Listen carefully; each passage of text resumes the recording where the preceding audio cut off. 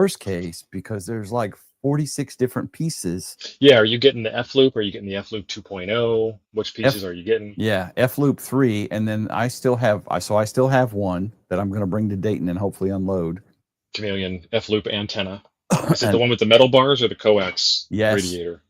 yes, Okay, the metal bars are actually nicer, but yes, but they don't nicer. ship well. That's why I haven't really tried to push it because shipping it, I don't know how I'd ship it. I'd have to wrap Oh, tape that's a around it and yeah, put a label on it or something. and hope they don't get bent in the mail. Howdy, everybody! Welcome to the stream.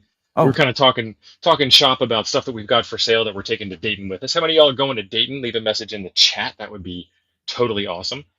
We're gonna do something new, and hopefully we're gonna set a precedent. I'm gonna try and work with some vendors to carry this mission forward with us. But what we're doing is we've got a couple of giveaways tonight. We're going to do the first Monday of every month is going to be a Q&A. There is a form in the description. A lot of you have put questions in. There's like 15 questions already, so we should be able to coast through the night. I've got a side project we can work on for some eye candy. did you read these And questions? Have you read these questions? I think I read like one or two. Is there a scary one in there that we shouldn't read in public? I I mean, I need know to you. I know know. the audience. I need to know how to set up D star in terminal mode on my IC 705 with my Oh, hotspot. oh, that must be like Jody or somebody, I right? kid. I kid. It's not Oh. in there now. Well, if you have 3.5 hours, we can go over it. So where I was going with this is I would like to do these every Monday, the first Monday of the month. So that's why it's called, First Monday Q&A. And we'll have the question form in every one of the Nuggets episodes going forward. So y'all can put your questions in. And if you have to get to the head of the line, we will take questions by super chat. But if you are just patient and put them in and wait 4 weeks, you can get your question answered for free. I So need there's to always that. I need to dip out for about 2 minutes because I need to get something that I forgot to grab. Okay. So talk amongst yourselves. I'll be right We'll back. just sit here in awkward silence until you get back. Yeah, totally. That's kind of like last Monday night was a little bit. Right. So this is kind of an interesting thing because we are doing a Q&A, and this normally is a show where we don't know what we're doing, but it's true, we still don't know everything. So all of us are better because all of us are here. And so feel free to answer the questions when we bring them up yourselves in the chat if it's not your question. And we'll figure out some way to get you an answer, or it will turn into a future Nuggets episode where we figure it out live together by getting the parts and making it happen. So there's that. Yeah, Jim's actually getting a smoke. Jeff was correct. He's out getting a new Pope. So what else do we have? That takes care of that. That takes care of that. We do have, while he is waiting, this stuff is all linked in the description as well. We are doing a opposite. It's the fourth Monday of the month, I want to say. But when it is posted, it'll be posted and it will be known. The Toads Club, which y'all are a member of if you have joined the Discord, which is linked at the top of the chat over there, and Ham Radio Clubhouse have teamed up. And actually, mostly it was my idea to do it. And then Steve is the volunteer examiner coordinator who's a member of Clubhouse. And then he stole it and put his call sign for his club in the link instead of our call sign for our club. So you can yell at him. But if you all are interested in getting your ham license or you're interested in getting an upgrade, we have that as a routine scheduled thing before Nuggets. That way, if you do pass your exam, pass your test, get your ticket, get your paper, get your upgrade, we can celebrate when we get here. And depending on how early you get in on the session, Jim or myself or one of the fellow Toads might be your volunteer examiner who's there to cheer you along and but we don't actually do that. What else do we have? While I'm waiting for Jim here. Jim's supposed to be the one with all these notes. If you would like to become a volunteer examiner, it's actually really easy to do it the way that we do it. We use GLARG, Greater Los Angeles Area Amateur Radio Group, I think is what it is.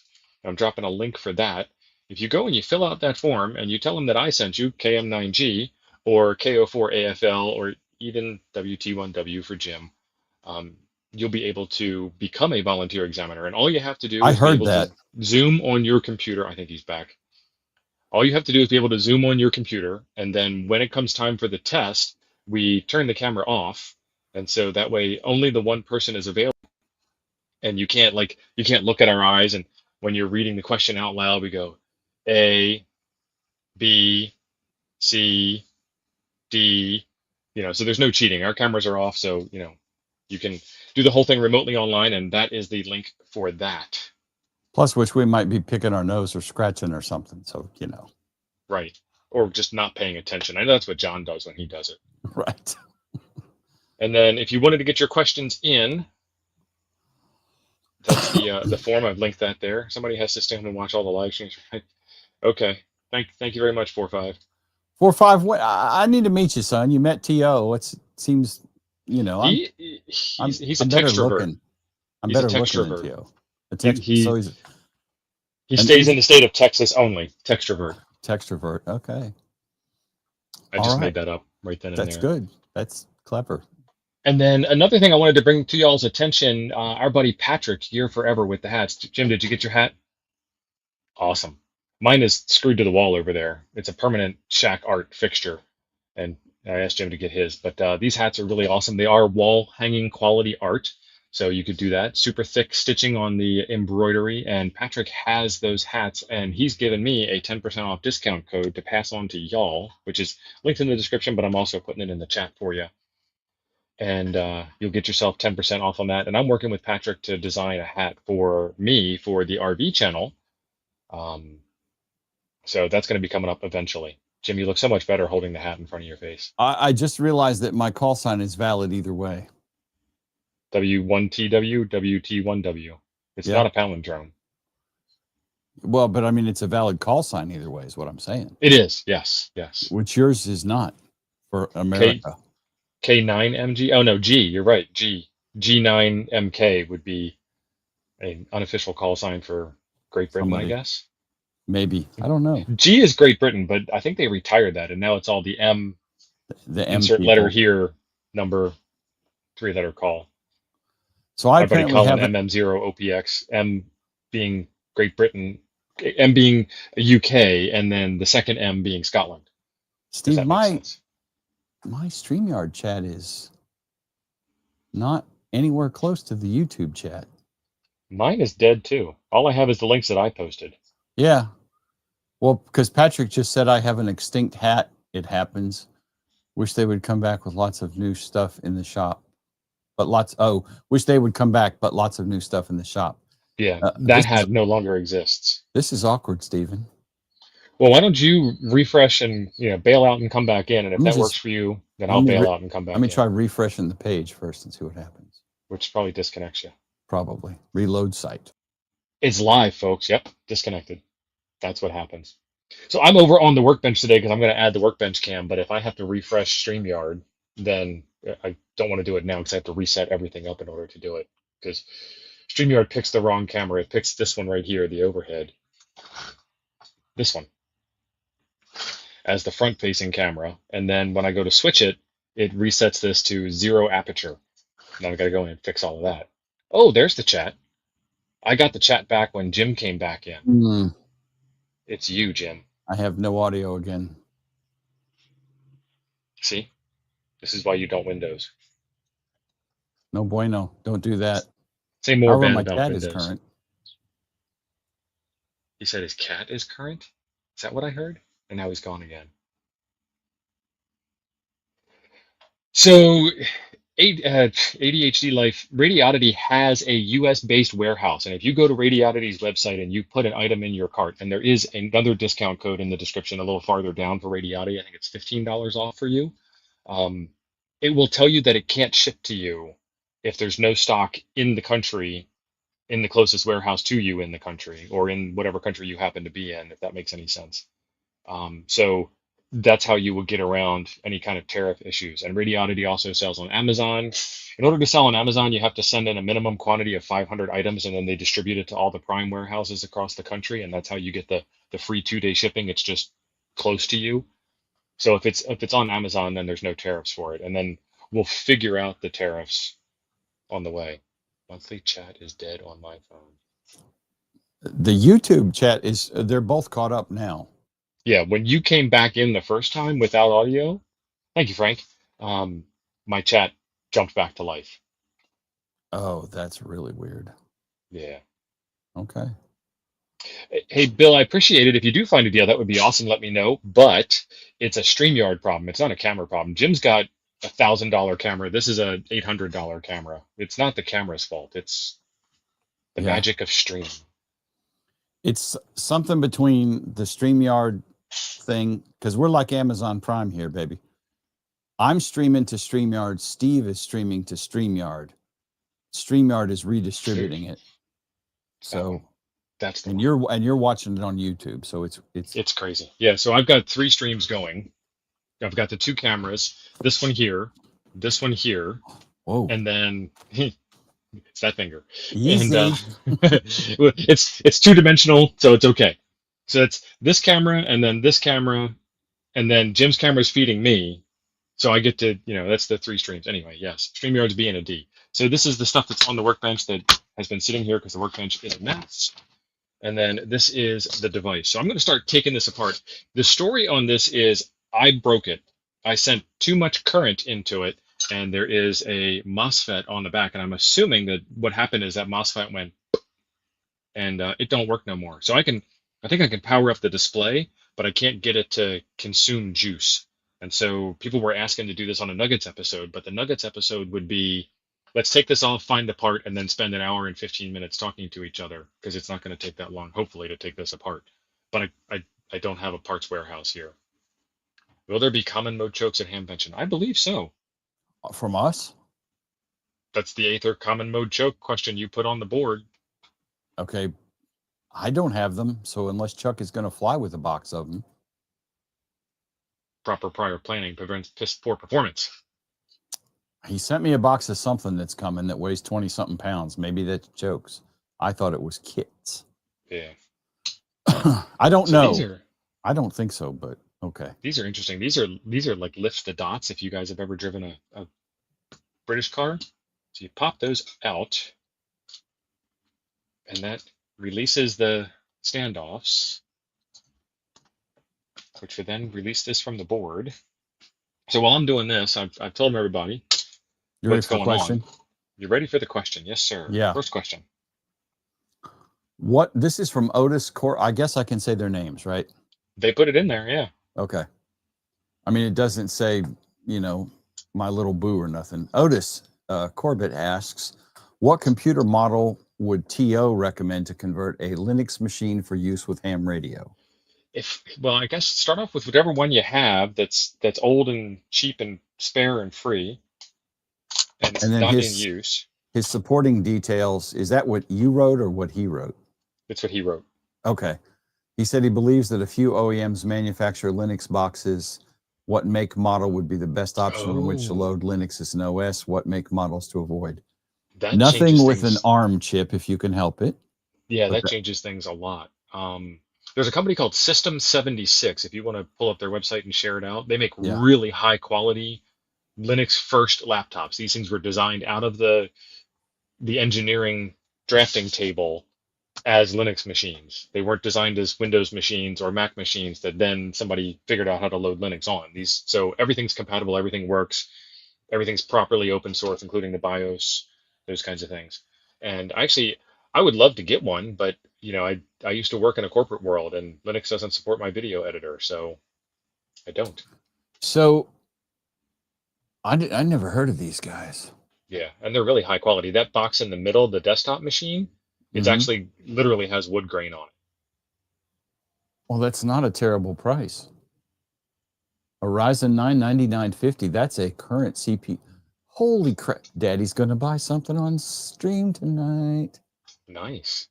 $13.99 and that, whoa. Okay, here we go. Hit the configure page somewhere. Yeah, it's the thing I was going to go into next. Is configure it with up to, I thought I'm reading these specs and I'm going for $1,400. I'm going to buy 2. I don't need them, but.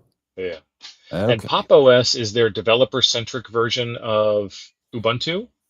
And then there's also Ubuntu. So let's go with the cheapest Ryzen 9. The top one, 5.4. Oh, Ryzen 9. I see it. Yep. And I would go with the cheapest graphics card, honestly, because I'm not playing games on this or anything. I'll probably go with 64 gig. 500 is gracious plenty.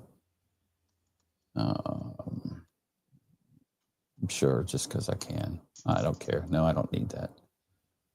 Nope. And nope.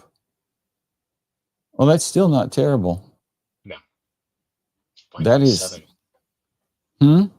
Wi-Fi 7. I thought Wi-Fi 6 was fast. Yeah. I mean, that's not bad at all, really. Now, of course, I cheaped out on graphics, so the next up graphics card would put this to a $2,000 machine. But I mean, and you could also go with a Ryzen 5. This is an interesting question, and I look at this from a different standpoint. There are a lot of machines that will run Linux like a scalded dog. Take your pick, unless you want to buy a new machine specifically. Behind me, over that shoulder, damn it, I don't know Nobody which can way I'm see it pointing. anyway. That one, you can't see it. The camera's too tight. There you go. The thing that looks like a trash can. That thing right there. It's always on the same side of you, Jim, regardless of I the know, and camera. I look up, but I'm looking at the screen and I get confused. It's on the wrong side on the screen. This is a 2013 Mac Pro that I got for $200. It runs Mint Linux. I mean, just fine. It depends on what you're going to do with it too. If you're going to be trying to do anything current, or you're going to be doing a virtual machine or something like that, I'd probably buy a new machine. But I don't do anything like that. I'm just running various nerd apps Fino Dev is mostly. correct. So What the do you thing about this though is if you're going to use this PC for Linux apps, if you're going to use this PC for ham radio Linux apps, that's what I meant to say. It doesn't matter. You're not going to need that big Right. honking machine. That's why the Jankopotamus, the Evolve Maestro $50, $60 laptop that ran on 12-volt power was fantastic. Mm-hmm. You could get away with an Android tablet for $100 from Walmart. They've got a nice 10-inch ONN tablet. Ken But has if a great you're answer too. One of those N100 PCs. yeah, Mm-hmm. I have an N97, the GMK Tech. I did a video on several months yep, ago. It's running Windows 11 just fine. So on Linux, this thing would be a boss. right, I mean, it just depends on what you're going to do with it. If you are going to do video processing, then you want to spend a couple bucks on something with a little more oomph. yeah, But I mean, like I'm running, I have Direwolf and the Toads digital server running on a Lenovo Work Center, Think Center yep. M90 or whatever it is at the same time. I mean, it's just, if you want to play with Linux, find a used Doc says machine go cheap. for it. Doc says the wood grain matches. Thank you for the super I chat, know, Doc. I know. And if Doc will drop me a $1,700 super chat, I'll click this in right now. Well, remember, there's the YouTube tax. They take like 40% or I think it was, 60%. I don't I thought it remember. was, no, it's 30. They take 30, 30. I think. They take 30%. So he'd have to give you substantially Well, more no, than no, I mean, even Dayton. if he drops 17, I'll eat the YouTube tax myself. That is so humble of you, Jim. I'm a very humble. People say that about me all the time. Wow. He's the humblest sumbitch we've ever seen. Right. That's me. They actually put it in the corner of his pen. Yeah, right. So there's a couple ways you could go with that one. And if you want to buy a new machine, then I would honestly, based on their prices, and some of you guys already know about that. So I never heard of them. It's cool. James, you'll have to put that question in the form, or you'll have to send in a super chat to Bud in line. I'm not going to answer that one. Yep. Unless we run out of time. So back to what I was working on. Did we answer the question? There is another laptop, but I don't remember who makes it. But it's a modular laptop where you can snap in a bigger hard drive, or snap in memory, or snap in a better processor, or snap in a different video card. And it's an open source, open friendly system where you can design your own snap it framework. These That's guys it. know it. Framework. I've seen it. I heard of it. I can't remember it. I looked at their webpage. I looked at it. I'm like, nope, I can't use this because I have corporate life. So, I don't have corporate life anymore. So that's taken care of. Now I can use one, but I have this thing. You're So we'll figure it out. transitionally employed. I'm always transitionally employed. I have Yeah. more jobs than most people have digits in their years on the planet. You've been transitionally employed since I've known you. So I have not tested out a transistor in a long time, but we'll see if it's completely dead. All right. And I don't know which one is the emitter, the collector, or the base because it's not labeled. Is Hollywood in the chat? And it's upside down, so it doesn't have markings, and I got to pry it up because it's got the heatsink side of it facing up instead of the other side. But I just noticed that this center pin is a little brown.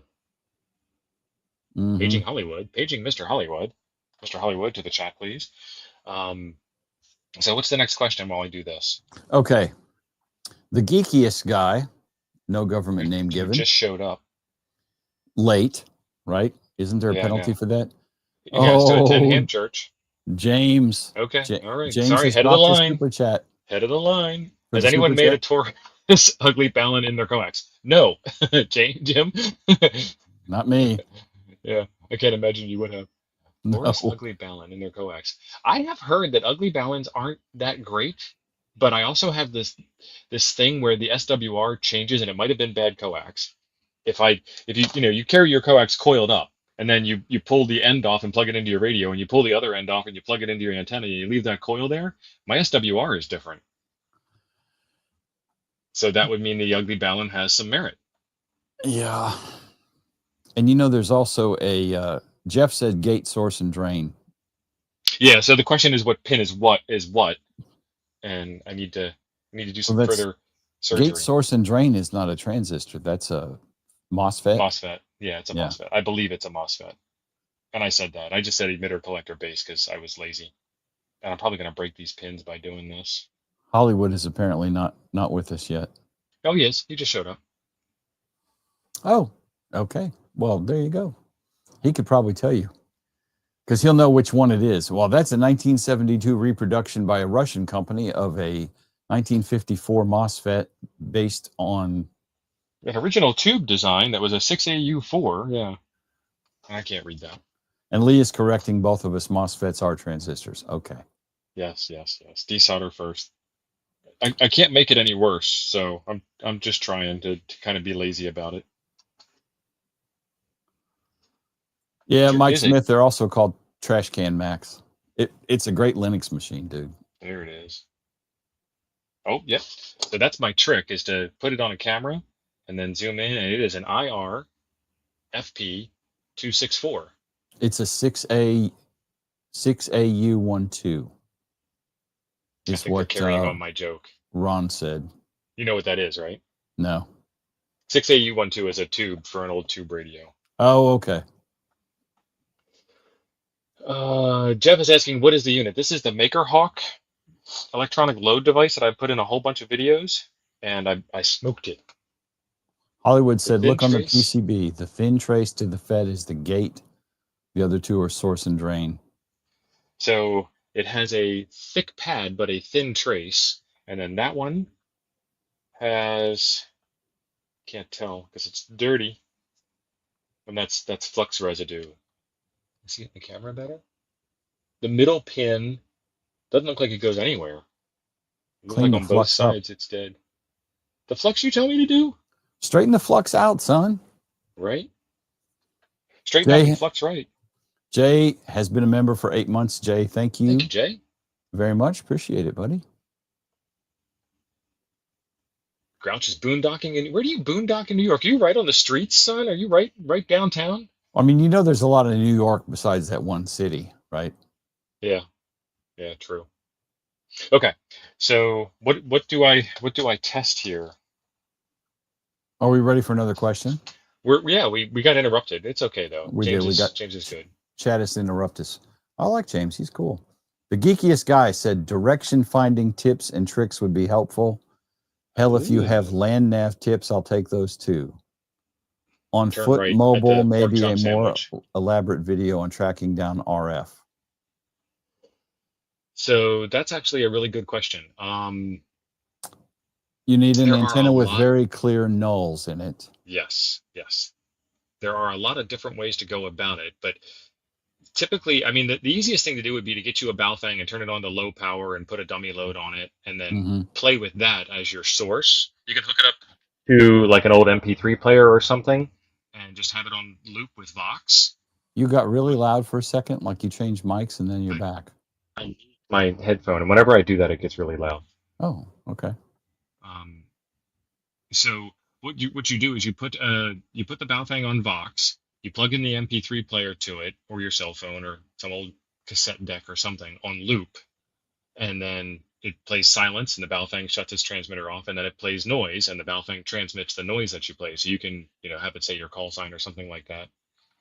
It's source, drain, gate, left to right. Okay, we'll keep it in this view, and then let me know what to probe, Chris, um, in order to test to see if this part's actually good or bad.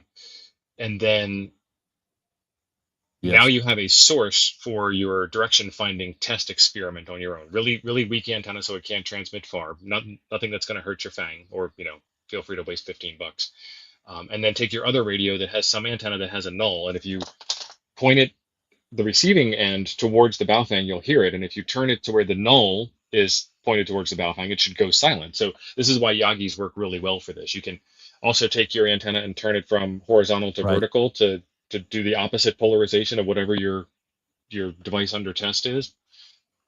Your device providing the tension for the device, because the device under test is actually the one in your hand, technically. And that will drop about 20 dB of signal strength towards you.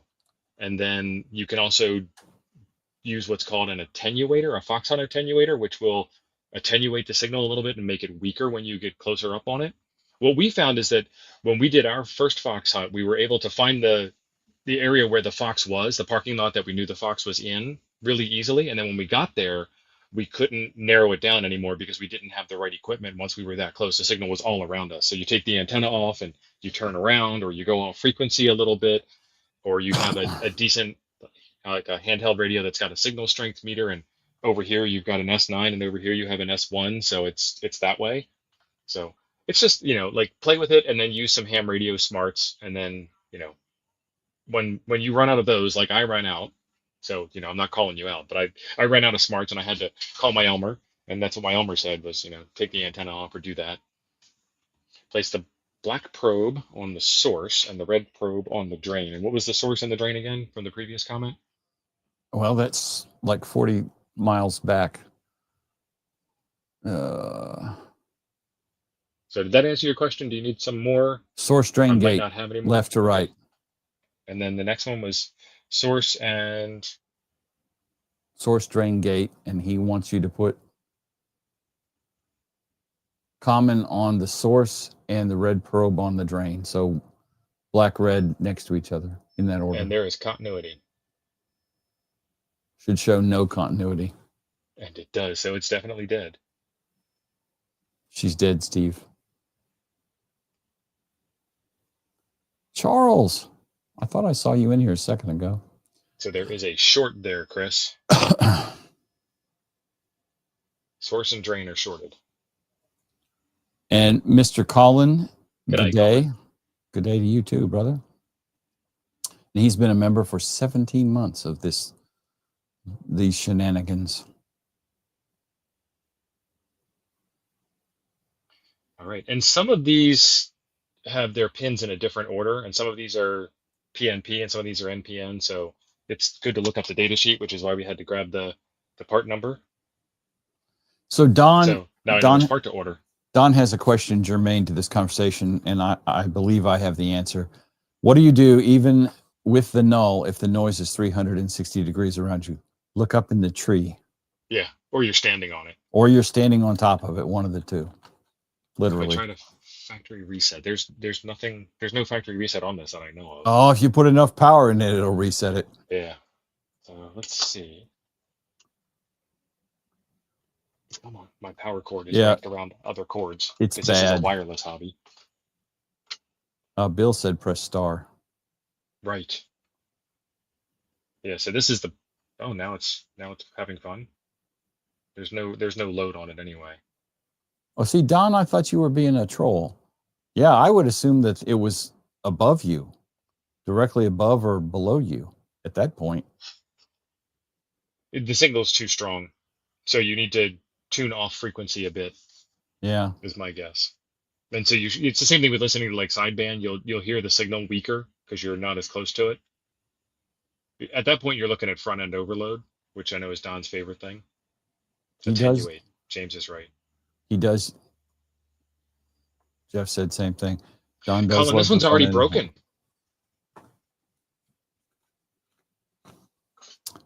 Let's see. Yeah, Hollywood saying no paste on the heatsink. And it looks like there might have been at one point, but I cooked it off. Indeed. Okay, Yeah, Don, so so- you were trolling us. Of course. Was from devices all around him. Do I have? Well, then you're not going to find it, I guess. Yeah. I mean, I was actually giving a serious answer, Don, because I respect you. John, it actually just popped. I did burn up my load tester. Tim, thanks for watching my video where I talked about how I burnt up the load tester. That was great. And then the video where I talked about how I did it in a previous video, and this is the new one here. All right. We have some other milestones to go through. And then we'll get to the next question. Yep. I'm catching up. So what I'm here. going to do is I'm going to order a new part, and I'm going to order new heatsink paste. And this is a killer heatsink. That is. And Hollywood's right. That's some sad looking paste on that thing. Yeah. And it's not even that old. So if you guys get one of these, maybe that might be something you want to do is repaste it. Repastiate it. I see what you did there.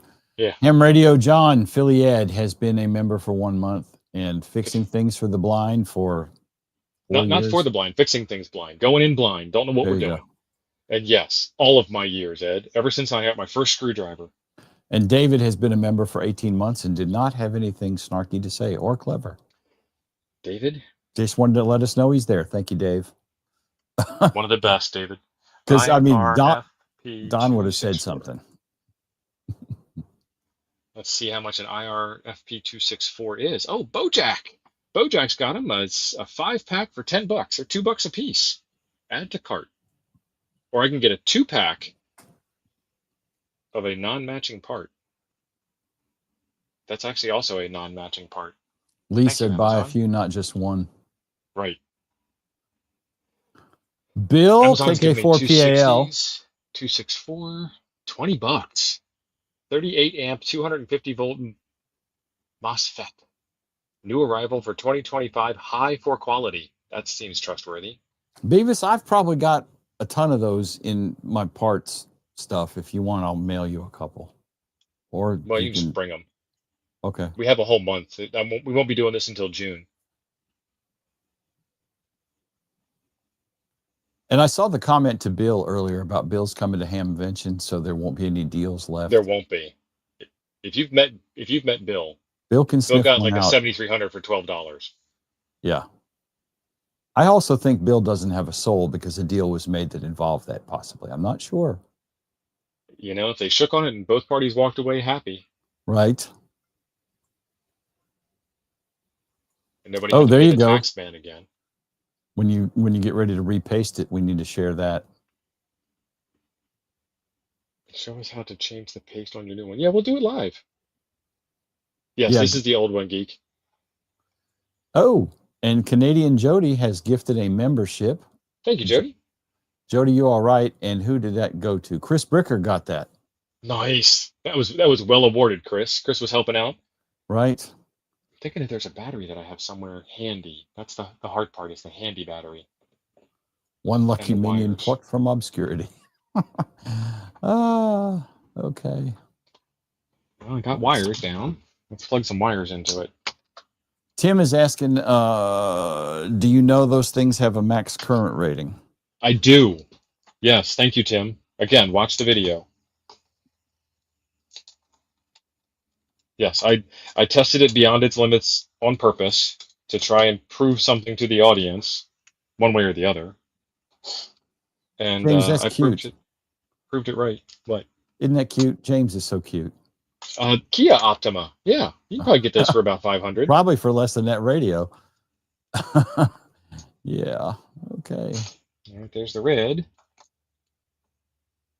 Oh, Sean got one. Nice. I want to see your vehicle install when you get it done, Sean. Yeah, because there is talk from the official Yaesu rep Right. that there's no such thing as a separation cable for that. Right. When we saw a picture, we showed it of them separated with a cable between them, but it looked like about a 6 or 8 inch cable. Right.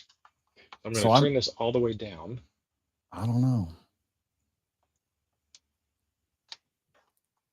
And then we're going to plug this into the bench power supply. And my smoke detector is behind a closed smoke detector. My fire extinguisher is behind a closed door in the other room. Okay, so I've got voltage. And then turning up the amperage gain, I get no gain. This is the course adjustment. Blinkmatic gaming, exactly. Yes. Yeah, so all the computer stuff works, which comes through this power port, but all of the stuff that goes through this power port and through here does not work anymore. So that's the symptom. And it's really bad that I'm at a campground and they allow campfires here, and I can smell a campfire as I'm turning these knobs. It's a different smell, though. I don't know what this would smell like when it explodes in my Electrical. Face. Have you ever blown up a cap? You've blown up a cap. Measure the voltage. Actually, I haven't. Oh. Measure the voltage on the gate. Think burnt cat piss with a subtle undertone of poop. And so battery acid. Ground. And it's upside down, so it should be that one. That's 0.1. It's turned all the way down. Let's turn it up a bit. 13.4. Negative 13.4. So it's hard to get that in camera with all the wires in the way. So it's going in, but it ain't coming out to be measured. Mm-hmm. What's the next question? Okay. Best multi-band, this is from Blue Boy, best multi-band antenna for an FTDX10 for his new shack build. He is about 880 to 900 feet ASL, so he lives on a hill, have many trees in the backyard. I do have push-up poles that can reach 35 feet. Well, obviously it's going to be the Kronos. The Kronos, yeah. Honestly, a Poseidon will work just fine, too. The Kronos is a better build because it's really designed to be outside permanently with the box to protect all the innards. It's also rated, because it's a bigger toroid, it's also more power. So if you have an FTDX10 now, that's a 100-watt radio. You might get an amp and want to go to 200 or 300 watts. Thanks, Frank. So you need a Kronos for that. But yeah, I'd recommend that. What do we sell Kronoses? What are they, 85 bucks, I think, on Coffee and Ham radios? Yeah, so it's cheaper than the Poseidon. Theoretically, yeah. Well, no, I mean, like the price tag on the website is less. What? Yeah. Remember we had this huge argument? Higher power. I probably blocked it because when Daddy and Daddy fight, I get uncomfortable.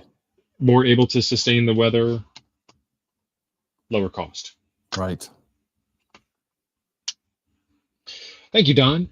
So why, Don, that's not a super chat question. It can't butt in line. We'll have to save that one for later. I started. Okay, awesome. We might have time. We don't know, but you know. Thank you, Frank. So I think we're done with this. We'll get that off of there. Oh, that's nice. Let's Hollywood has back where we belong. Hollywood has confirmed your prognosis. Yeah, that was weirding out some of the people with us on the right side of the screen. He said that pretty much says only the FET is blown. Once you replace it, it should be sunshine on puppies. Just use some grease and good mechanical pressure between the FET and the heatsink. Nice. You can run the Poseidon in the rain more than you can run the other one. So the NFED half-wave, for example, has that capacitor. That capacitor is probably going to rust.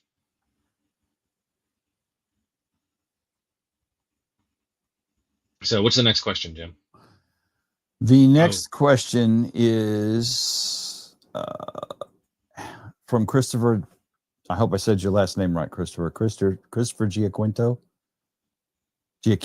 I would say Giaquinto. Giaquinto. I would imagine it's Italian. It seems. And like, I did just racially profile you, by the way. I think it sounds Spanish. Could.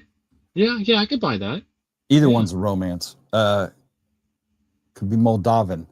How can a new tech set up their ham station for home and or portable digital ops via internet, laptop, desktop, tablet for digital modes? For example, FT8, yada, yada, yada, ham radio deluxe, etc. What exactly is needed to interface? A little too technical to wrap my head around. I have used FT710 that only has power cord, no data cables. So you want the legal answer or you want the... If you have a radio with USB, that's it. That'll do everything with your computer. You don't need any other hardware. You'll need to load the appropriate driver for that radio, which is available on numerous websites. What the driver is, right. So I think is one of them is a Silicon Labs. I think that's the ICOM one. I can't remember if the Yaesu is too. There is one. There's one rule in your ham. I think it was in your ham test. You might not have gotten the question on the test, but it sure probably came up in your study guide. Jason, KB1WSE, Cyber Jason, thank you very much for the Chronos name. It takes my brain other places.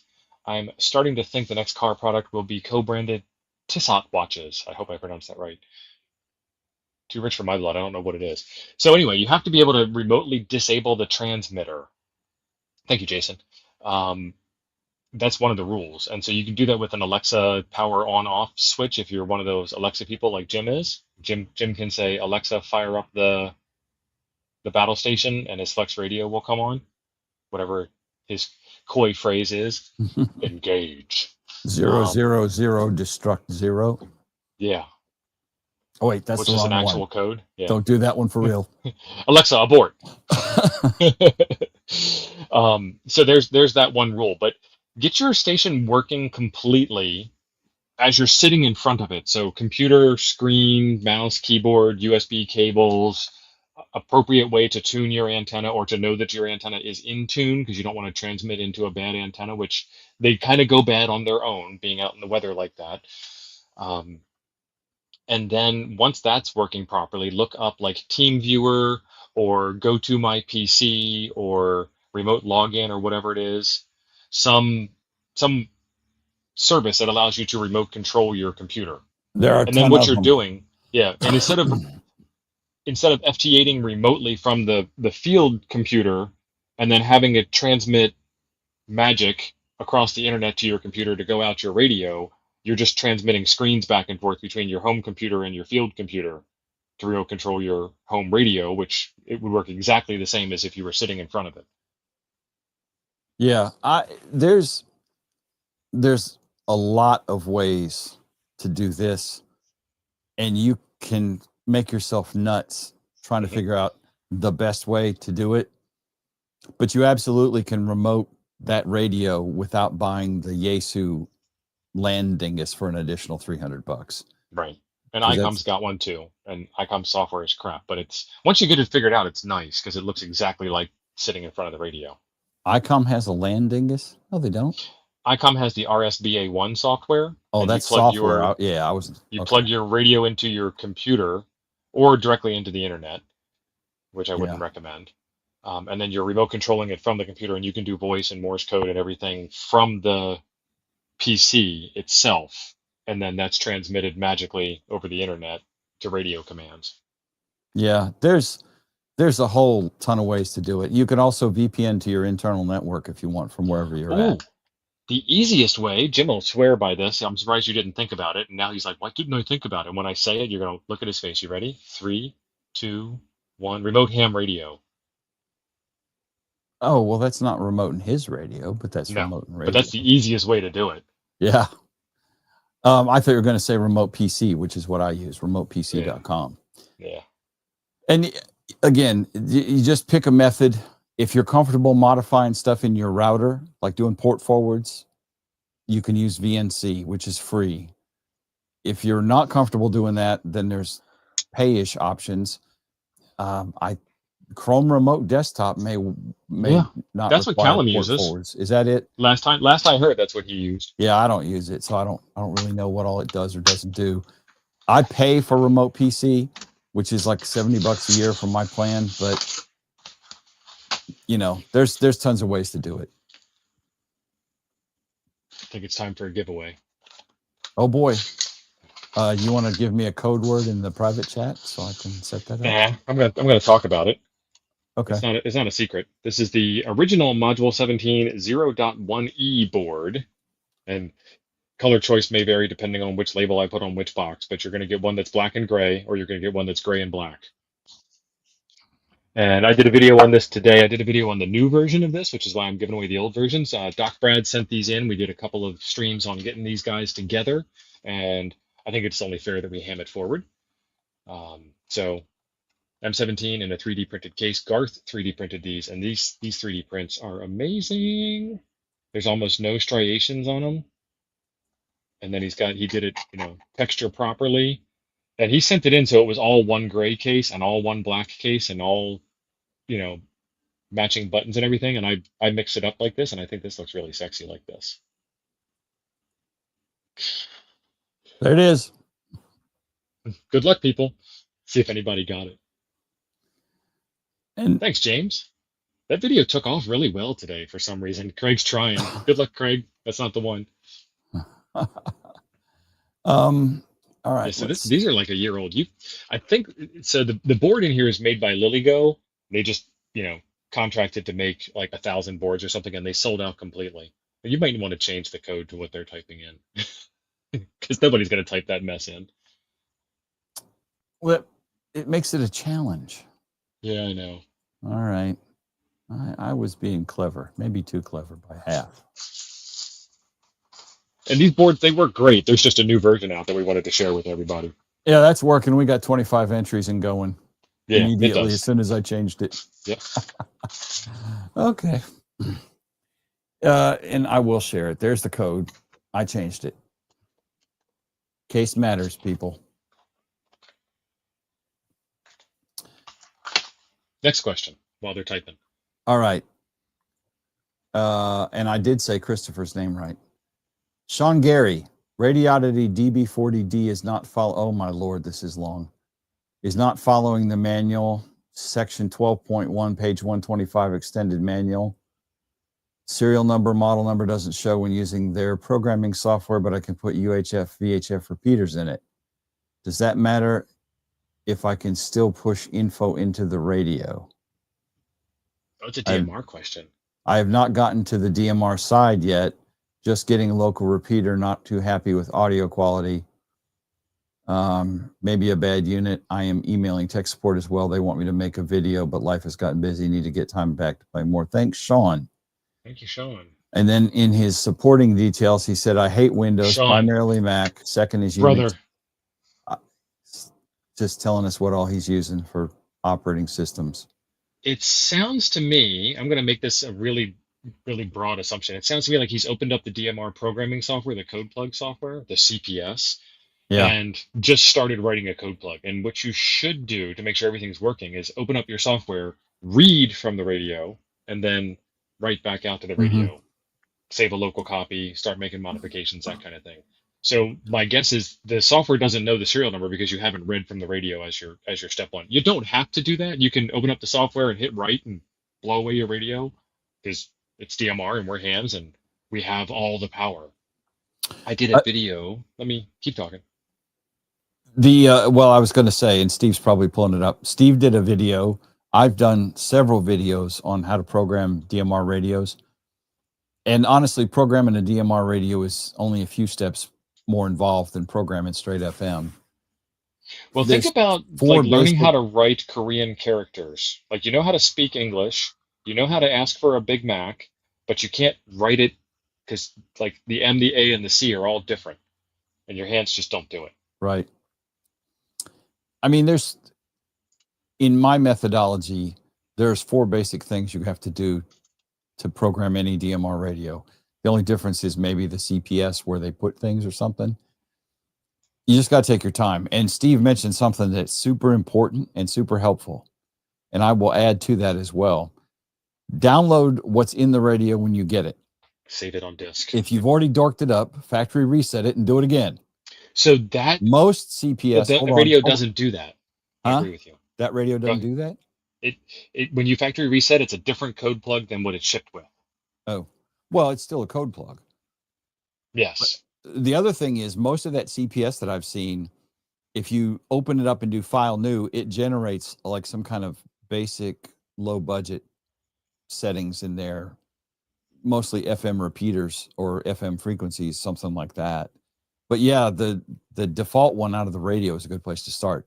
I would caution you not to go Googling how to program DMR code plugs and downloading somebody else's code plug for some place that ain't where you are, because you'll you'll make yourself crazy. I'm like, literally, don't start from scratch and learn what you're doing first. Yeah. And they're saying it's a spreadsheet in the chat. It's more like a relational database that is laid out in a crappy spreadsheet Yes. program from Yes. 1995. Yep. So the radio he has is the DB40, which is the same as this, which is the GD88. And then there's also the DB25, which is also sitting on the desk here. All three of them have the same OS. They just have different transmitting power and shapes. It's a good radio. Chuck has mine right now. I'm still waiting to get it back from him. He probably forgot. Yeah, again. But I linked the video in the chat. I'll link it again because it scrolled by. That gives you a metaphor to wrap your brain around on what it is. This is the one where I put all the call signs on index cards, and I put the index cards into envelopes, and I put the envelopes into an accordion file, and then I went and did the same thing inside of the radio code plug software to kind of show you the metaphor they were thinking of. But keep in mind that for DMR, this is somebody's 40-hour-a-week job to sit there and do nothing but program radios for the corporation that they work for the the local electric company, or whatever the case may be. So like once you figure it out, like Jim figured it out 5 years ago, and it's easy for him. Once you figure it out, it'll be easy for you too. But starting I'm not out completely dim. Yeah, starting out from scratch, it like none of this makes any sense. It's like might as well start over with ham radio again. I like what you guys are doing in the chat too. The M1A2, the M777, Yeah. the M35A2. You guys are doing awesome. What do we have? And 73 entries. Steve's video is a different approach than mine, but I think they both are a logical way to approach Watch them all. DMR code plugs. And you may like Steve's better than mine. That would be wrong, but you may. And the point is to walk you through it. And the biggest thing, and Steve will agree with me on this, don't look at this giant pie. Start at the beginning and work your way there in bits. In chunks. Yeah. Yeah. Yeah. If you didn't spend a weekend learning how to do it, then you haven't spent enough time. Yeah. It's not the most complicated radio setup I've ever seen. Listen, I still don't completely understand D-Star setups. And I have functional D-Star radios, but I just keep beating on the damn thing until it's It's doing the thing. Right. We ready to pull the trigger, brother? We are ready to my bad. pull it. Slow. Easy. Yeah, I might offend. Never mind. Yeah. Kleino Dev is correct. Pablo's drone videos. Awesome. Pablo, I need some info for you. Real get you deets. figured out. Real deets. Because if I drop this at the post office, the Pablo's drone videos are just going to reject it. They're going to say, who dis? Geekiest Guy said he would rather watch both of our videos. And that was where I was going with that. Steve's approach is a little different than mine. Mine's a little different than Steve's. I think at the end of the videos, we both said almost exactly the same things. We just kind of went at it a different way. Yeah, Pablo is U.S. Good question there. Scotland. Yeah, message me on the Discord. I'll send it to you if you want to help out with the postage. That would be fantastic. And it's for M17, so if you know how to do all that and it's worth it to you, then we'll make it happen. Yeah.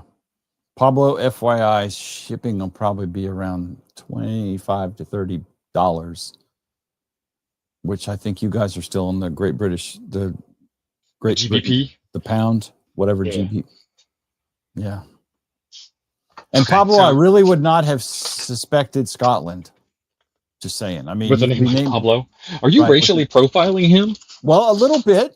Like I did with his Christopher. Name to be Angus. Yeah. Angus or Colin. Yeah. Or Donkey. So we need to set up the second giveaway. Or Shrek.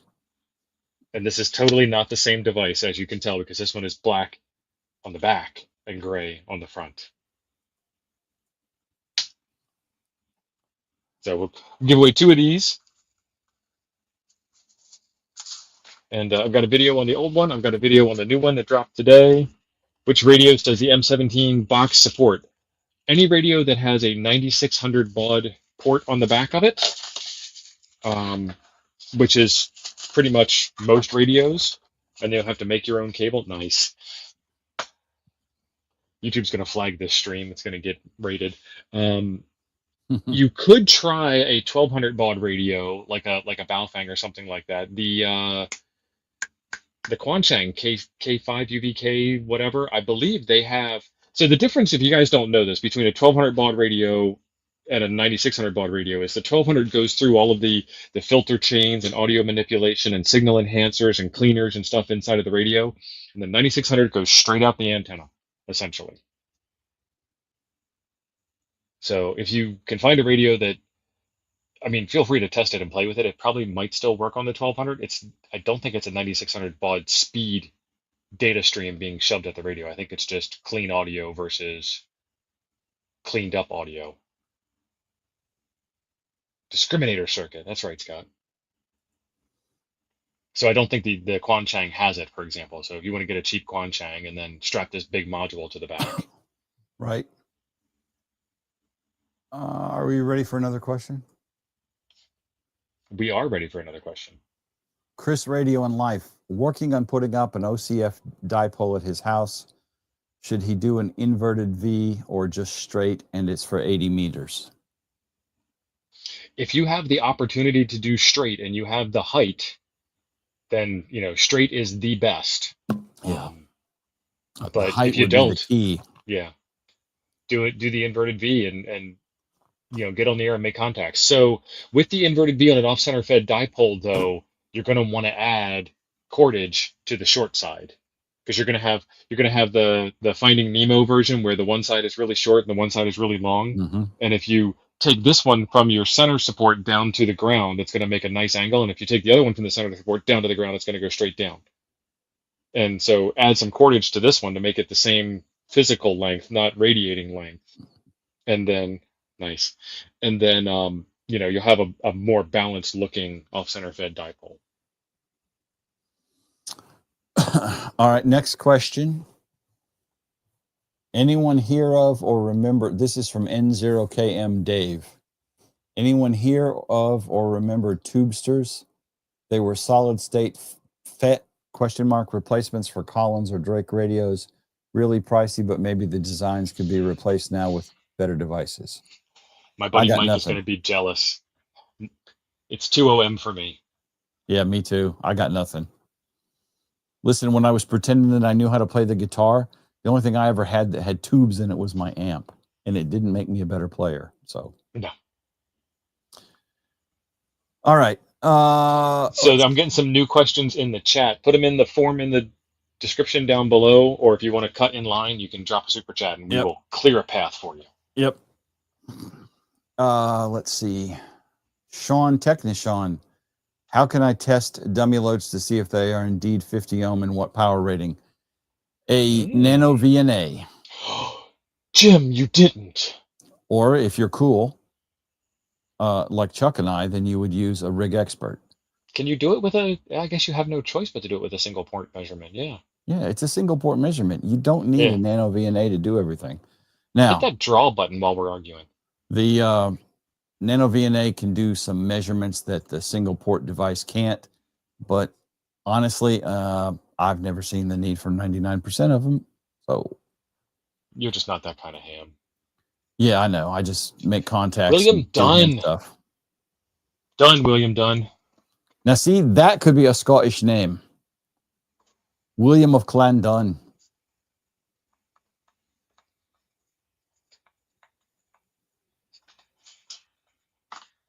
He wants to measure a dummy load, James, to make sure the impedance is actually 50 ohms. So on the Nano VNA, you can get it onto a Smith chart. William, give me some contact info. You can get it onto a Smith chart, and Smith charts are really interesting. Jim, can you find a picture of one so we can talk about it a little bit better? You have these circles on the Smith chart, and as you go away from as you're looking at it, it's going to be the as you're looking at it, it's going to be the rightmost side. As you go left, you're adding impedance. So it's 25 ohms, 50 ohms, 100 ohms, etc.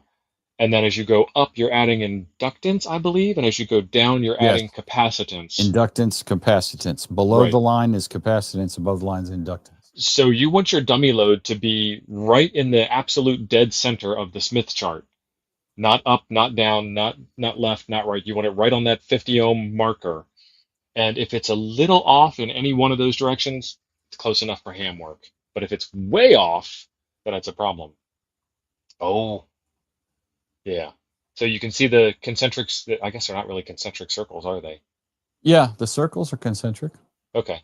So the first one is not 50 ohms. The second one, where the XY axis crosses, is 50 ohms.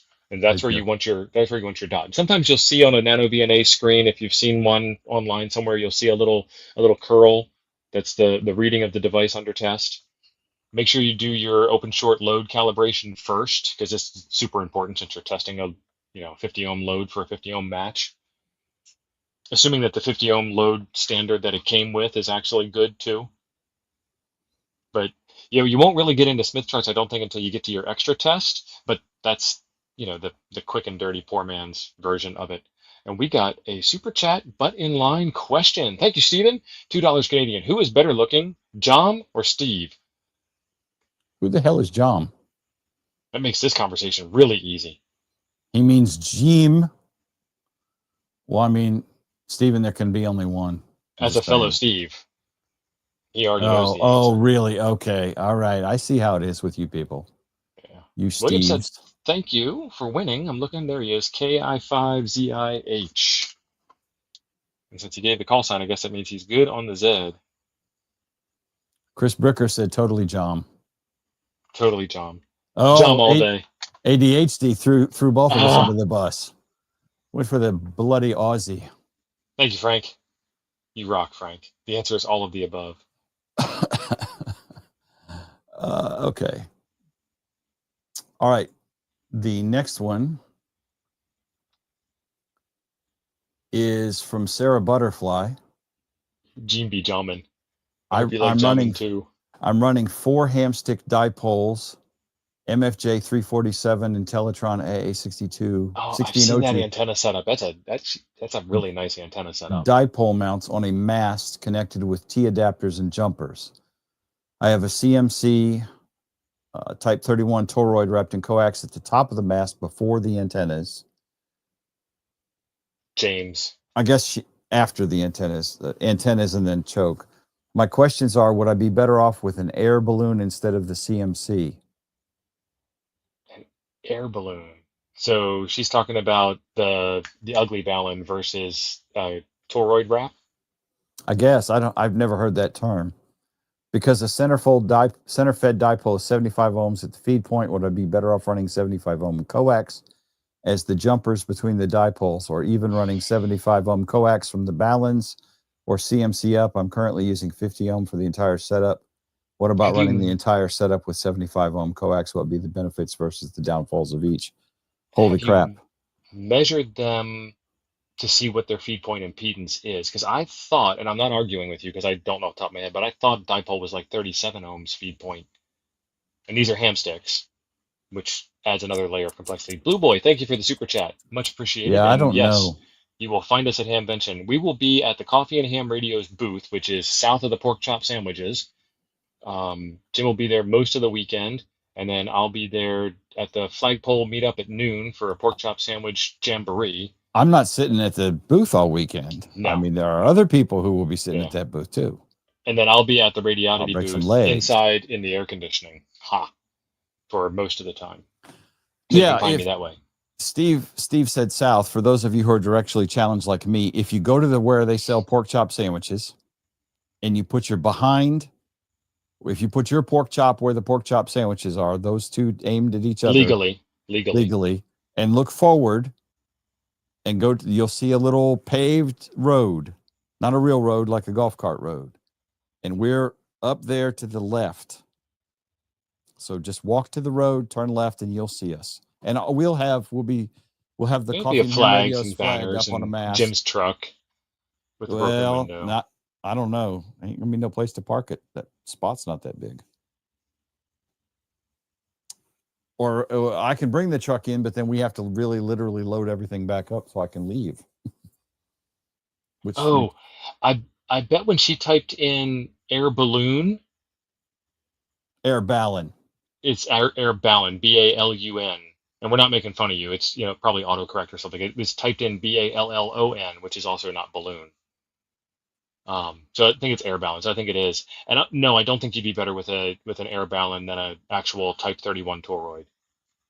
And then for the the coax question, um, if you've measured your center point and it actually is officially 75 ohms, then you can run 75 ohm coax to your shack. And then at your shack, you would need, what is that, a quarter to one transformer or a tuner to get it from 75 ohms to 50 ohms to make your Yeah. radio happy. Yeah. But honestly, your radio is going to be fine if you run it with 50 ohm coax and into your Hamstick dipoles. But I think it was on Hayden's show that she sent in a picture of that antenna setup, and she did a really good job on it. Low R and high J to make their Z. Ferrite cores will generally have much higher R values and so are much more forgiving, lower Q. Yep.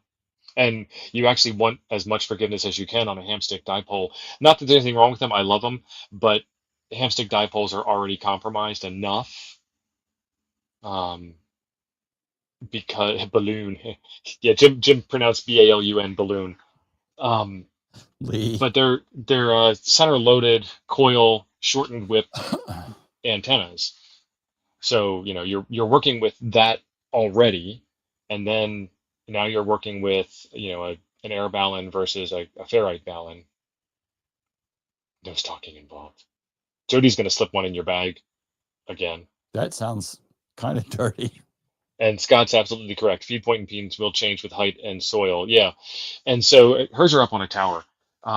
If you are tuning like a buddy pole antenna, for example, which you extend the whips out to gain resonance, and then you tap the inductors to gain resonance, and you're tuning it at ground level, and you get 2-to-1. When you raise that up to its official operating position, the higher you go, the lower the SWR is going to go because there's less reflections off of the ground directly underneath of it.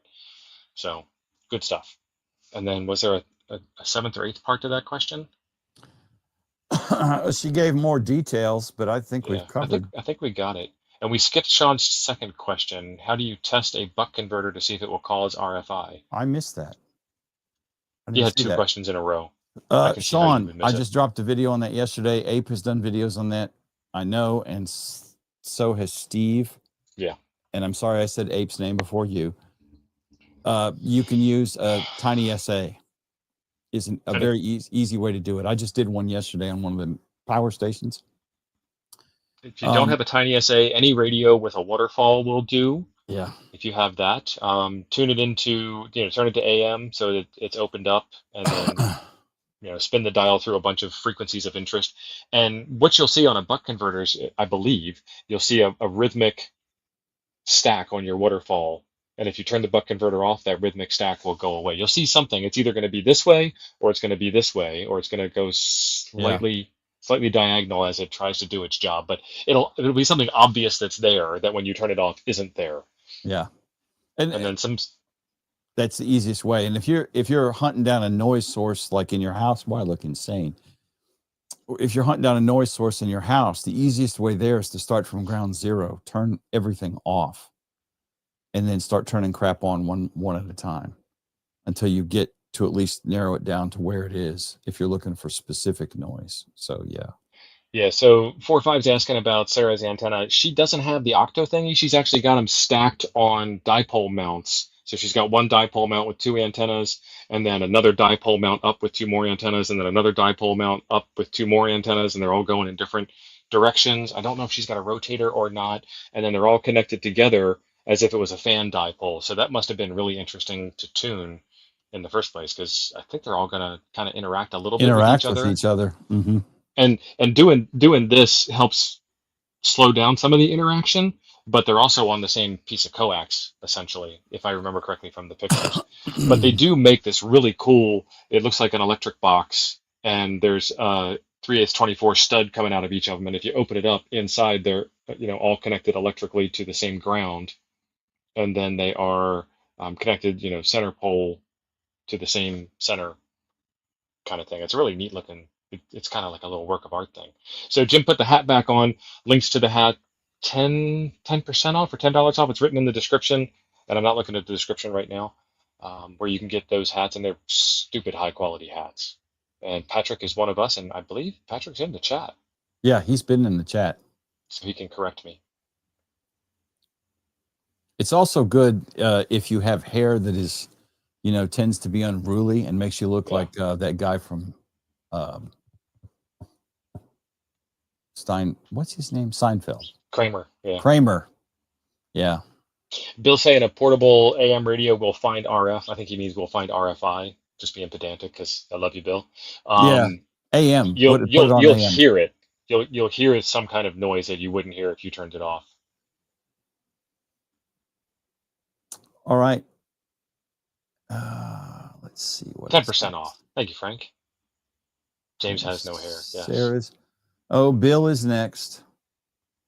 Oh, really? We can skip that one. He wants to know. Oh, actually, before we do that, we did that giveaway. We've got one more giveaway. Okay. I'm doing some shack cleaning. This is. Jim already knows what this is, but I've got it all wrapped in bubble wrap. This is the pack wrap from the Nuggets episodes a while back, so we know that it works at least enough to press star. And this one comes from our buddy Don, N5SKT. I asked Don if he wanted it back, and he's like, "Tell me how much it costs to ship it." It's about $10 to ship it. He's like, "I only paid $20 for it. Just give it away to somebody." So this TNC could be yours, and you can experience all the pain and suffering that we did. If the price is right. And I have another one from, I have a couple more TNCs that we still need to work on. But what I want to do is I want to get it working. Oh my God, TNC! OMG, TNC! Oh, yeah. Ham Radio Elmer wants to give a couple of them away. Star. Oh, that would have been awesome if it was Star. I wish I had thought of that.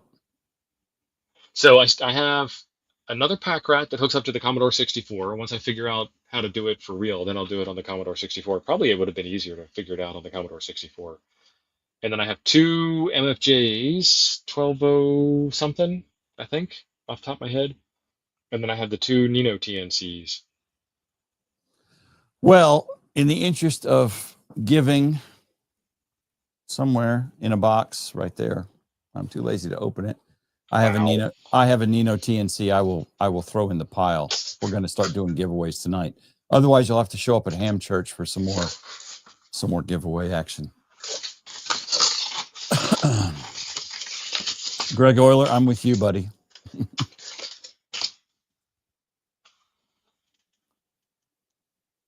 Right, Jody? We're moving past our adolescent TNC phase.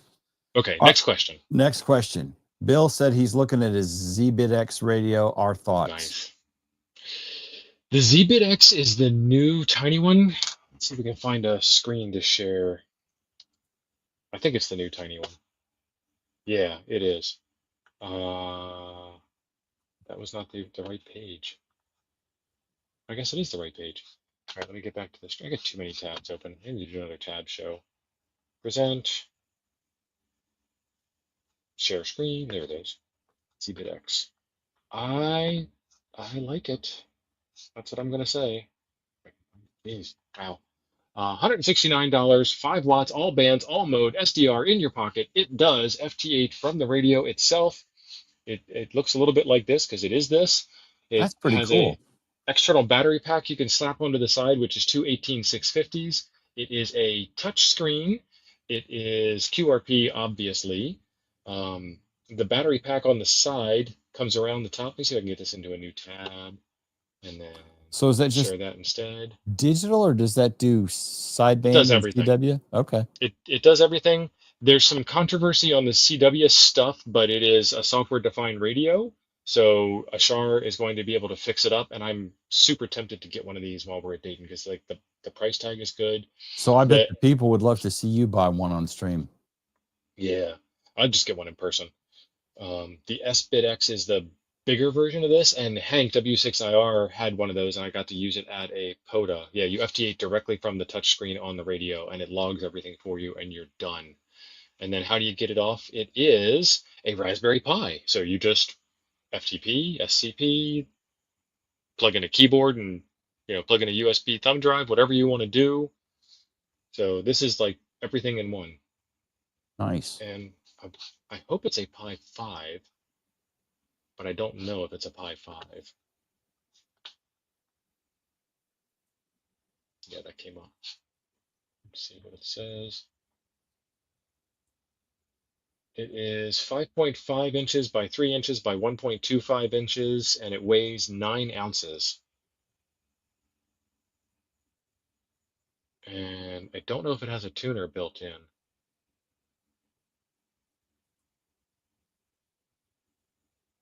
Large community of developers, which is true. Oh, he's got CW filters down to 50 hertz. That's awesome. On-screen keyboard. It's a 480 by 320 display, but it's not running the actual WSJTX software, as you can see on the screen here. That actually looks really good for something that small doing their own screen. Yeah. And it's probably designed so you can read it easier in like direct sunlight or something, which is why the colors are a little the way they are. So it comes bundled with FLDigi, free DV, QSS TV. It's rig control compatible. Oh, sorry. Any rig control compatible Linux software will work with the ZBitX. So you could use FLRig. CQR log. You could, yeah, it comes with FLDigi suite. So you could use CQR log with it to do that. You could anything, yeah. Remote into it with just the web browser on your phone, tablet, laptop. 80 through 10 meters. Reduced power on 15, 12, and 10 meter bands. But that's probably because of the 9-volt power supply. 300 milliamp on receive, 3 amps on transmit.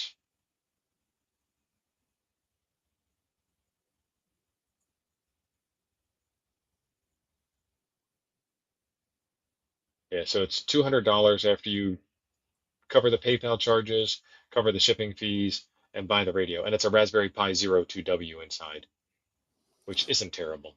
That is not terrible. It's not a 4 or 5, but there's a lot of functionality Jeff built into says it that. runs hot. Interesting.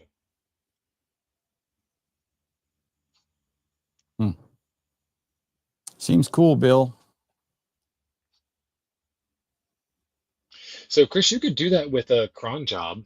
Just have it automatically just attempt to copy the file, Yeah. and if the network address, the destination exists, and you got your SSH keys loaded, it'll copy it. If it doesn't exist, the cron job will fail, and it'll run 20 minutes later or whatever. Yeah, you later. could use. Well, I mean, Linux supports SMB, so I don't know if Chris is Windows or Linux. I suspect he feels like a Linux guy off the top of my head.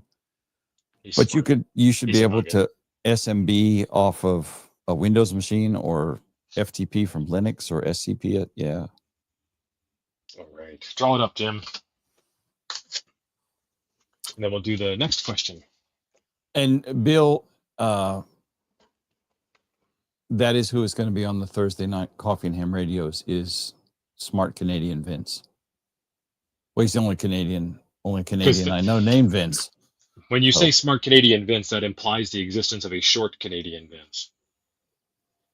I said smart. How does that imply short? Because of Smart Jason and Short Jason. I see what you did there. I see. I got it now. Wow. Apparently, there's also the short American Jim on stream. Apparently so, with Dame Bramage. All right. Click it. Click. Just a damn minute, Admiral. 1 damn minute, Admiral. Things in here do not react well to clicking. And some people have said if they win, they're going to ham it forward. Jack! Is Jack one of them? I don't know. N3WER said he would ham it forward, but I don't know that he won. He didn't win. I mean, I don't know that he was one of the ones that said he would ham it forward. I've seen it roll by. I didn't assign a name to it in my head. Jack, we need some deets. Frank, if you would gather those, and when they scroll up Frank in the chat and get them to on it tonight. He is, and get them to the TO, that would be awesome. He's gunning for your job, Jim. I am going to go out on a limb and say I am much better looking, sophisticated, and erudite than Frank. Well, you can pronounce erudite. Right. Ergo, irreplaceable. Unforgettable. Check. That's what I am. Check. Are you ready for another question? Hang on, there he is. N3DNA. That's a cool call sign. Good on the Z. Yes, awesome. I am ready for another question. Are you ready for another question? And Brand is exactly right. I can solder. Yes. Facts. All right, Marvin, one of our longtime friends, is asking about Meshtastic channels. He's new to it. How to select channels to modify or to use. That would be a better question for Digital Rancher, who is in the chat. But usually with the way that the channels are set up is someone will show you a QR code that you scan with your Meshtastic app, and that will load the channel into your Meshtastic environment, and then you can start communicating on that channel. Yep. You can make them on the fly. And there's also aren't there some nationwide channels, I think, or something like that? I don't remember. I've messed with it and I've forgotten it now because I don't use it. So it's hard to use it around here because nobody has any here. Same here. There's not much. Actually, you remember Jamie that we met at Huntsville last year? Yep. He lives north of me. He lives up in Wetumpka, which is about 35, 40 miles north of me. And apparently they have quite the Meshtastic thing going on up there in his area. But down here where I'm at in South Montgomery County, there's zero. Chris Bricker is asking about a QR code for Hamvention this year. I have not seen one yet. I would expect to see one imminently. Rob may have posted one in a couple of the Discord chats. So I would ping him in Discord because he would be the inside man on that. And keep in mind, channel 0 is your encrypted channel. There you go. There was something else. What was that? And Bill's dropping encryption keys live on stream. The AQ equal is actually the encryption key for the long pass channel. Right. Oh, I was challenged. Corollary. Boom. Okay. Tipsy Ham is best, Bill. And yeah, IP a lot. I have heard this, and we have been trying to get them, and it hasn't worked out. So yeah, so what you can do there, I want to say like a 2-pack is like $10, but there's no battery. Not a 2-pack from Spec 5, a 2-pack of the Heltec V3 boards. You can get them on Amazon. Yeah. They're super cheap. Actually, I have one sitting right here, and it's a good way to start. And you kind of just throw them out like candy. See who takes them. Yeah, right here. And then you can get them fancier also. And didn't we talk about on this show a couple of weeks ago, 3-4 weeks ago, maybe, the small, super cheap ones from AliExpress for like less than $10? You can get everything you need to Meshtastic with your phone. I mean, they don't have a case, and you'll have to rig up a power supply. I think it'll run off USB, and it's like less than $20 total. I think it might be less than 10. Something fun to get your hands on is the Seed Studio XIAO. No, an SDR will not work. It will listen, but it won't transmit, so it can't participate. There probably is a decode module for it, but I'm not sure. Oh, we're gonna make people mad. You can't answer this question. Got to put it in the form or send in a super chat to Button Line. But we have an answer for you. Yeah, Rob said $10. Yeah. I bought it. I wanted to mess with it and do a video on it. I just hadn't gotten around to it. Ready for the next question? This is going to be a big one. Everybody in the chat's going to argue. Oh, Lordy. Arnold Grubbs. I see this. I see why there's going to be some arguments. Why do people keep using G5RV? Why do people keep using G5RV antennas with minor adjustments you can configure it for a ZS6 BKW type with better SWR and more bands? Because yeah. That's literally the answer. Arnold, there's a whole lot of things I could do better, right? But if it works, and makes you happy. You know, I don't know. And if I don't enjoy fooling with antennas. When I want to play radio, I want to play radio. I don't want to say twiddle the wire or let me see if I can spend an afternoon getting 0.2 SWR better on this antenna. Different And strokes for different folks. I'm not belittling what you're asking. I'm just saying that's my opinion of antennas. I bought a DX Commander. It works. I don't have to screw with it. Oh, Bob's your uncle. I also Jody's have a pissed off Poseidon like and a 4 Kronos. people. Yeah. And then you antenna people. I mean, yeah, I'm going to bring in Chuck and Ape and we'll really draw this out into an argument.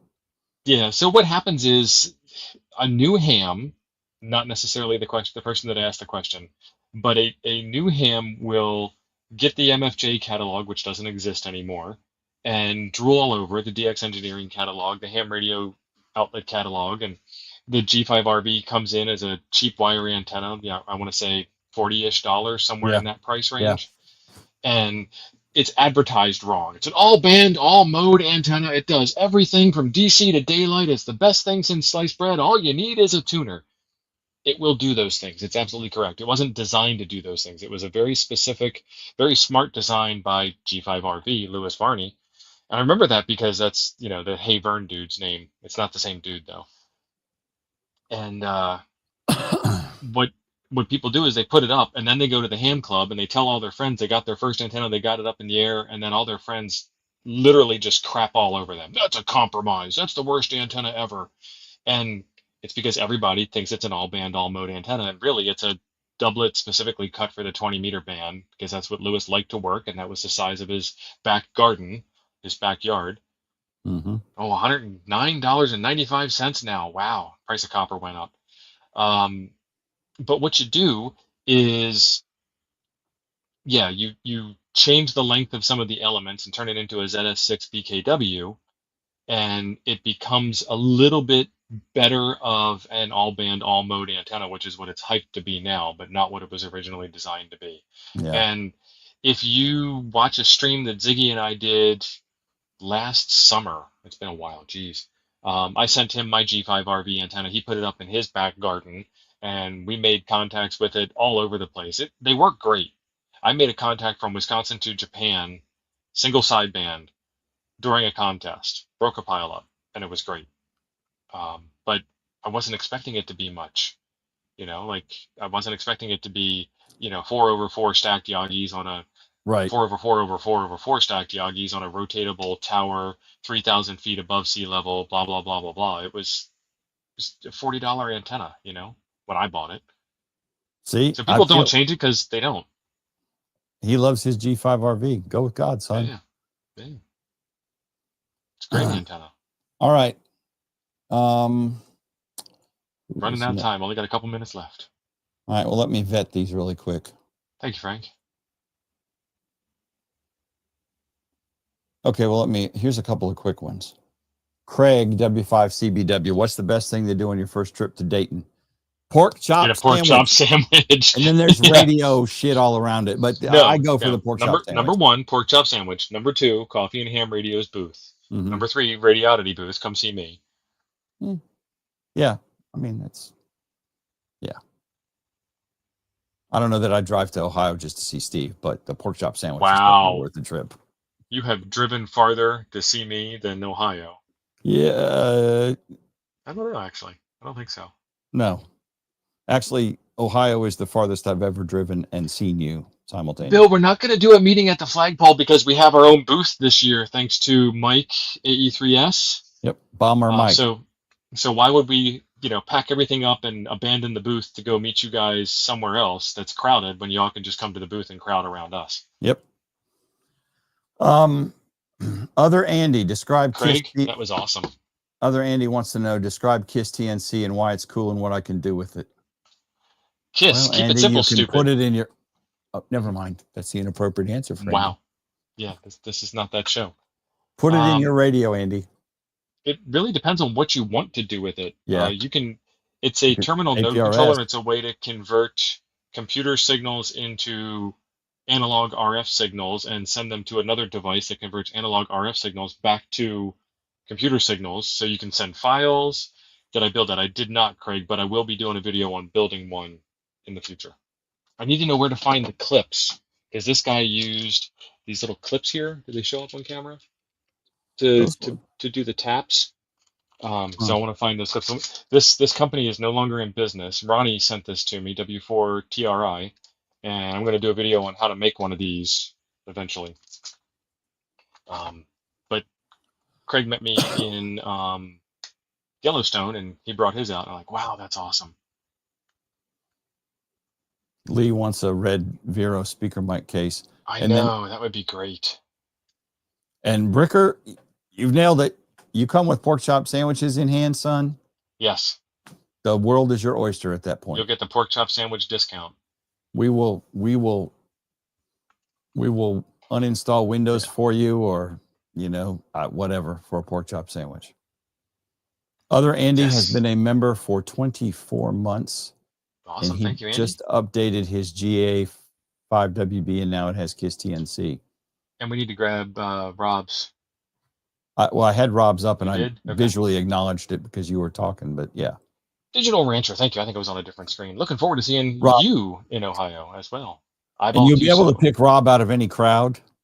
Oh, Jody. I'm here. That's great. T.O.'s here, and Rob is up here. Yeah. He's a tall drink of water. Kiss your ex. I see what you did there. Very So good. the KISS protocol makes it really easy because it's a standard set of commands that you can send to the radio that you can send to the TNC, the terminal node controller, and the terminal node controller knows what to do when it gets that command. Right. And are we going to talk about Wednesday night? Yeah, we can talk about Wednesday night. Oh, we'll talk about Wednesday night while I find another question. We're at time. Oh, we are. We are. Wednesday night is the monthly membership members only meeting. So right below the video here, there is a join button. If you click the join button, if you want to not give the YouTube overlords any more money, there's a Patreon link in the description down below. You can do that on my channel. You can do it on Jim's channel. You can do it on Coffee and Ham Radio's channel, on Chuck's channel, or on H channel to get into the monthly membership members only meeting and hang out with us. There's usually, 20 or 30 of us in there, and we're all chatting back and forth over a Zoom call, having fun and arguing about ham radio stuff in much more real-time Discord than Discord allows. Right. I would, I don't know that I would dance for you, Chris Bricker, but I would install Gen 2 Linux for you for a pork chop sandwich.